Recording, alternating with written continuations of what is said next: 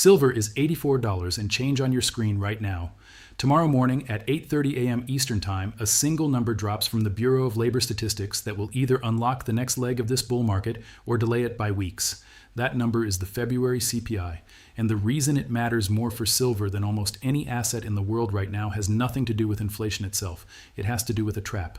Silver is not weak right now. Silver is trapped. Trapped between a dollar that surges every time geopolitical fear hits and a physical market that is draining at a pace the paper price has completely refused to acknowledge. The CPI data tomorrow is the key that either opens the trap or tightens it. OG John AG here. This is financial warfare education, not advice. That means we go through both sides. We are going to look at exactly what the CPI number means mechanically for silver. We are going to look at the data underneath the surface that the paper price is not reflecting. And we are going to be honest about what each scenario actually looks like, because there is a real difference between understanding a structural setup and gambling on a Tuesday morning headline. Let me show you what the data actually says. Segment 1. What is actually happening right now? Let me start with confirmed facts as of Tuesday, March 10th, 2026. Because right now, separating confirmed from noise is the most important thing you can do. Confirmed. Silver is trading at $84 and change per ounce this morning. That is down from a peak of $121 reached just weeks ago. On the surface, a chart that looks like a failed rally. Confirmed. Gold is trading at approximately $5,139 per ounce. The gold to silver ratio sits at roughly 62. 62 ounces of silver to buy 1 ounce of gold. Confirmed. The U.S. Consumer Price Index for February 2026 is scheduled for release tomorrow, Wednesday, March 11th at 8:30 a.m. Eastern Time. January CPI came in at 2.4% year over year, 0.2% month over month, below expectations. That soft print triggered a 2.25% rally in gold and a 2.29% spike in silver in a single session on February 13th, confirmed. The Federal Reserve meets on March 18th. Current market pricing shows a 95.6% probability that the Fed holds rates unchanged. A rate cut in March is essentially off the table, confirmed. Iran and Israel are in active military exchange. Dubai International Airport has suspended operations following strikes. The Strait of Hormuz is under declared threat. Gulf equity markets have collapsed. Marine insurance premiums have exploded. Confirmed. January CPI showed shelter rising 0.2%, food rising 0.2%. Energy fell 1.5%. The headline number came in soft, below the 0.3% forecast. February CPI consensus expectations are for core annual CPI to soften to 2.5% from 2.6%, with core monthly CPI expected to increase by 0.3%. Those are the confirmed facts. Everything else is interpretation, and I want to be very clear about that before we go further. Segment 2. Why tomorrow's CPI is the most important number for silver right. Now let me explain the mechanics, because most people understand that CPI affects gold. What they do not understand is why the CPI to silver connection is more powerful, more violent, and more immediate than almost any other asset relationship in this market. Here's how the chain works. CPI comes in soft, below 2.5% annually, below 0.3% monthly. The market interprets this as the Fed having room to cut rates. The moment rate cut expectations rise, the dollar weakens. Not dramatically, not immediately, but the directional signal is clear, and here's where silver is different from gold. Gold responds to the dollar. It is a monetary metal. Institutions buy it when the dollar weakens. Silver responds to the dollar and to a physical supply squeeze that has been building for 5 consecutive years. When the dollar headwind weakens even slightly, it does not just remove the ceiling. It releases a coil that has been compressed by 2 independent forces simultaneously. The COMEX registered silver, the metal actually available for delivery, has plunged to 81 million ounces. Open interest on the exchange represents 294 million ounces of paper claims. That is 3.6 ounces of paper for every single physical ounce that can actually be delivered. COMEX silver deliveries have hit all-time records. The 12-month average is sitting at approximately 43 million ounces. Monthly spikes are reaching 75 to 80 million ounces. That is the highest delivery demand in nearly 20 years of data. JP Morgan took 3 million ounces in deliveries in January alone. The 4 largest short sellers on COMEX have cut nearly half their combined positions since 2024. The institutions that read registered inventory levels in real time are pulling physical metal out of the paper system at a pace that has never been seen. They are not arguing about CPI forecasts. They are pulling metal. The CPI number tomorrow is the trigger. The physical reality underneath is the powder keg. A soft CPI print does not create the silver story. It lights the fuse on a story that has been written in the delivery data for months. Segment 3, the gold to silver ratio and what the math says. Let me show you the single chart that tells you exactly where silver goes when the dollar headwind finally breaks. It is not a moving average. It is not a candlestick pattern. It is the gold to silver ratio. As of this morning, gold is at 5,139. Silver is at $84 and change. That puts the ratio at approximately 61. 61 ounces of silver to buy 1 ounce of gold. Here's what that number means historically. In 2011, the ratio hit its cycle low at approximately 32. Silver was at $49, gold was being outrun. That was the last time silver truly dominated this market. The ratio then climbed for years as gold held relatively stronger. It peaked in March 2020 at approximately 125 during the COVID liquidity crash. At that extreme, it took 125 ounces of silver to match the value of 1 ounce of gold. Since that 2020 peak, the ratio has been in a structural downtrend. Lower highs, lower lows, a descending channel that has been compressing for 5 consecutive years. Right now at 62, it is sitting directly on the descending trend line. Draw the second line. Connect the major lows from 2011 forward. That ascending support line from 2011 is now converging with the descending resistance from 2020. 2 massive multi-year trend lines meeting at a single point on the chart. That convergence zone is right where we are standing today, between 55 and 65 on the ratio. The chart is being squeezed into a narrowing range. Price compressed between 2 15-year structures cannot stay there. Something breaks, and everything in the data tells me which direction. Now here's the math. My first gold target is $6,000. Gold has been advancing in roughly 20% increments throughout this bull market. From levels where gold trades today, a 20% move takes it cleanly above $6,000. This pattern has repeated 5 or 6 times already in the current bull run. A pattern with that track record is not coincidence. It is structure. $6,000 divided by a ratio of 40 equals $150 for silver. $150. That is 78% above where silver is trading this morning, and that is the conservative first target. The second calculation. My higher gold target is $7,000. If gold makes 2 consecutive 20% advances from current levels, it arrives in the $7,000 range, and if the ratio compresses to 25, a level the ratio has reached in every major silver bull market of the past 50 years, then $7,000 divided by 25 equals $280 for silver. $280 against $84 today. That represents a move of more than 3.3 times from where silver trades right now. And if gold overshoots, if war escalation, dollar devaluation, or a sovereign debt event pushes gold to $8,000 or $9,000, then silver at $350 is within the range of the same ratio math. The arithmetic supports it. Segment 4, what a soft CPI print looks like mechanically for silver tomorrow. Let me walk you through the 2 scenarios mechanically, because vague predictions are useless 12 hours before a market-moving data release. Scenario A, soft CPI, core annual below 2.5%, monthly at or below 0.3%. The dollar weakens, not dramatically, but the signal is clear. Rate cut expectations for June increase. Real yields edge lower. Gold initially spikes. Not because of CPI itself, because every algorithmic fund running momentum strategies has a trigger at this exact level. When gold spikes, silver does not merely follow, it runs faster. Here's the historical evidence. When gold moved from approximately $4,200 to $5,600 in the most recent major advance, a move of roughly 33%, silver moved from approximately $65 to $121. That was an 86% move in silver against a 33% gold advance. Silver moved 2.6 times more than gold on a percentage basis during that single stretch. Apply that ratio to a soft CPI reaction. If gold moves 5% on a soft print, silver does not move 5%. Based on recent historical beta, silver moves 10 to 13%. From $84, a 13% move is 95. That is not the structural target. That is the initial CPI reaction. The structural targets require the ratio to compress across months, not minutes. But the CPI print tomorrow is what begins the compression or delays it. Scenario B, hot CPI. Core annual stays at 2.6% or above, monthly above 0.3%. The dollar strengthens. Rate cut expectations get pushed further out, from June to September or later. Gold gets hit. The paper price of silver gets hit harder. But, and this is critical, the physical market does not care about the CPI print. The COMEX delivery data does not reset because inflation ran hot. The registered vault inventory does not refill because the Fed has to hold rates longer. The institutional buyers pulling physical metal from the system do not reverse their orders because the dollar strengthened on Tuesday morning.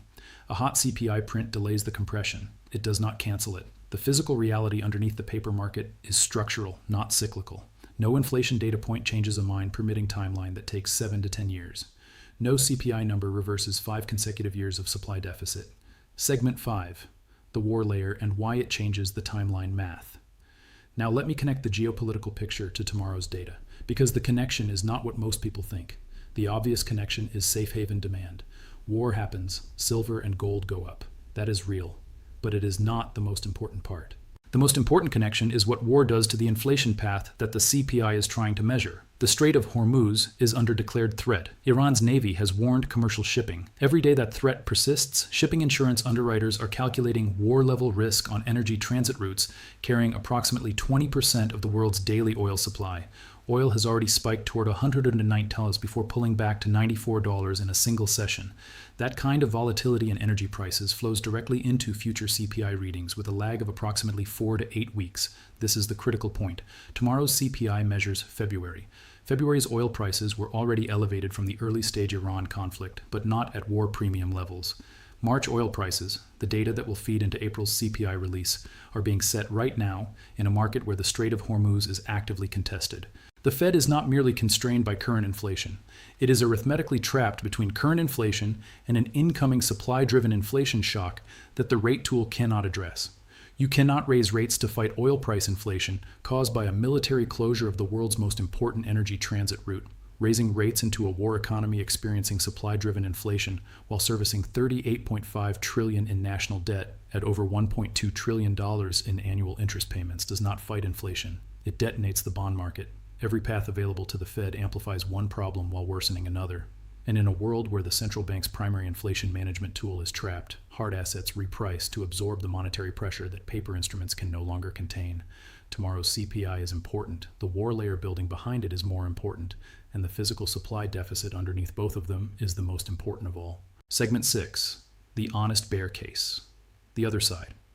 Because this is financial warfare education, and the bear case deserves full respect. Bear argument 1. The dollar does not turn. If the CPI comes in hot tomorrow and the dollar strengthens, the ceiling on silver persists. This is not a theoretical risk. It is exactly what has happened for the past several weeks. Every time gold and silver tried to move, dollar safe haven flows capped the advance. The pattern has been consistent, and the CPI could reinforce it. Bear argument 2. War premium reversal. Every major geopolitical spike in precious metals history has been followed by a sharp reversal when the situation stabilized. The Gulf War in 1990, the Iraq invasion in 2003. Silver spikes on fear and retreats on resolution. If Iran and Israel reach an understood boundary before the physical market fully reprices, the paper price will revert faster than the structural argument suggests. Bear argument 3, CME intervention. The exchange has emergency tools, margin hikes, circuit breakers, position limits. They have used these tools before in stressed markets. They will use them again. These tools do not resolve the underlying physical reality, but they can suppress the paper price independently of that reality for weeks or months. Bear argument 4, supply response. Higher prices incentivize mining investment. Silver production will eventually respond. That is how commodity markets work. I want to be honest about each of these arguments. They have validity on the surface, but the data does not support the conclusion. Silver has been in a structural supply deficit for 5 consecutive years. Prices have quadrupled from recent lows, and the deficit is not closing. Opening a new silver mine from discovery to first production takes between 7 and 10 years. You cannot mine silver that has not been permitted yet. No price signal can accelerate a permitting timeline that does not exist. The supply response is slow. The demand surge from solar manufacturing, EV production, defense electronics, and semiconductor fabrication is fast. And the COMEX delivery data I showed you confirms that available above-ground supply is being withdrawn at record speed simultaneously. Higher prices have not solved this deficit. They have not even slowed the rate of depletion. Segment 7. 3 scenarios. Honest probability assessment. Let me give you 3 specific scenarios with honest probability assessments for where silver goes from here. Scenario 1. Soft CPI, war de-escalation. Tomorrow's CPI comes in below consensus, core annual at or below 2.5%. At the same time, Iran and the U.S.-Israeli coalition reach an understood boundary in the next 10 to 14 days. In this scenario, the dollar headwind weakens. Rate cut expectations for June increase. The paper price begins converging with the physical reality. Silver moves from $84 toward $100 to $110 over the next 4 to 6 weeks as the ratio compression resumes. This is the most constructive short-term scenario. Note what the base of this scenario looks like. Silver approaching $100 on de-escalation and soft inflation. The floor of optimism is still a historic number. Scenario 2, hot CPI, war contained. CPI comes in at or above consensus. Core holds at 2.6%. Dollar strengthens. Silver gets pushed back towards $76 to $79 in the paper market. But the physical market does not follow. COMEX delivery demand continues at record levels. The registered inventory continues draining. The ratio compression is delayed, not canceled. In this scenario, the structural story is intact, and the buying opportunity actually improves for anyone watching the physical data rather than the paper price. The timeline extends, the targets remain. Scenario 3, hot CPI, war escalation. CPI surprises to the upside. Core annual stays above 2.6%, oil stays elevated above $100. The Strait of Hormuz disruption becomes sustained. Now the Fed faces a stagflation trap. Inflation running hot, economic growth slowing. Rate tool unavailable because raising rates into a war economy with $38.5 trillion in debt ends in a debt service crisis, not an inflation solution. In this scenario, paper silver is volatile. Physical silver becomes the only clean signal. The gap between paper and physical that opened to $27 during the February 28th weekend does not just reopen, it widens. Gold targets $6,500 to $7,000. Silver targets $150 on the first leg as the ratio compresses from 62 toward 40. That is not a war price. That is the math of where the ratio goes when the dollar headwind breaks under conditions more extreme than any previous compression cycle started from. Scenario 2 is my current base case. Scenario 3 is no longer theoretical. Scenario 1 is possible and would still be historically bullish for silver. Segment 8. The CoinShop reality check.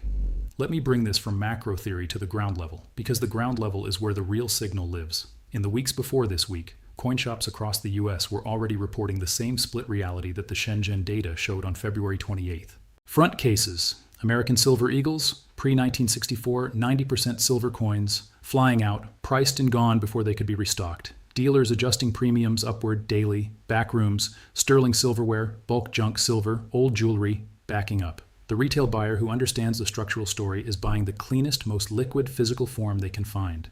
The retail buyer who doesn't understand the story is waiting.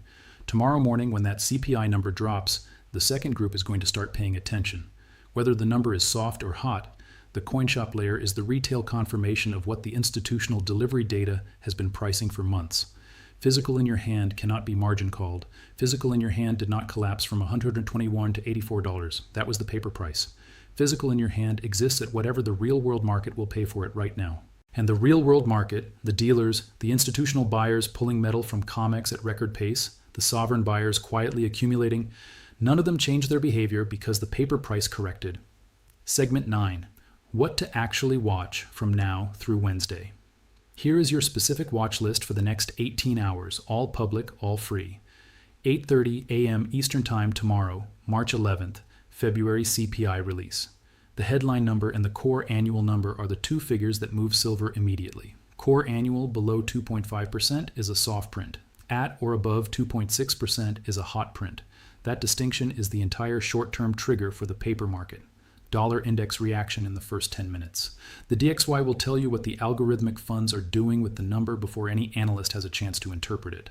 Dollar up is silver headwind. Dollar down is the release valve. COMEX registered silver report Monday morning, March 16th.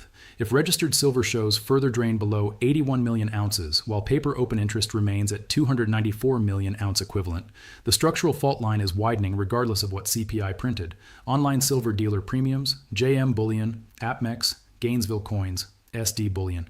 If premiums are up 15% or more by Wednesday afternoon, the physical market is moving independently of whatever the paper price did on CPI morning. Gold to silver ratio on Wednesday's close. If the ratio compresses from 62 toward 58 or below on a soft CPI print, the compression cycle has resumed. That is the chart signal that confirms the structural move has restarted. Iran naval activity in the Strait of Hormuz, tanker diversion data, shipping insurance rate updates, and any official announcements from Iranian Naval Command are the inputs that determine whether Scenario 2 stays the base case or escalates towards Scenario 3. Outro.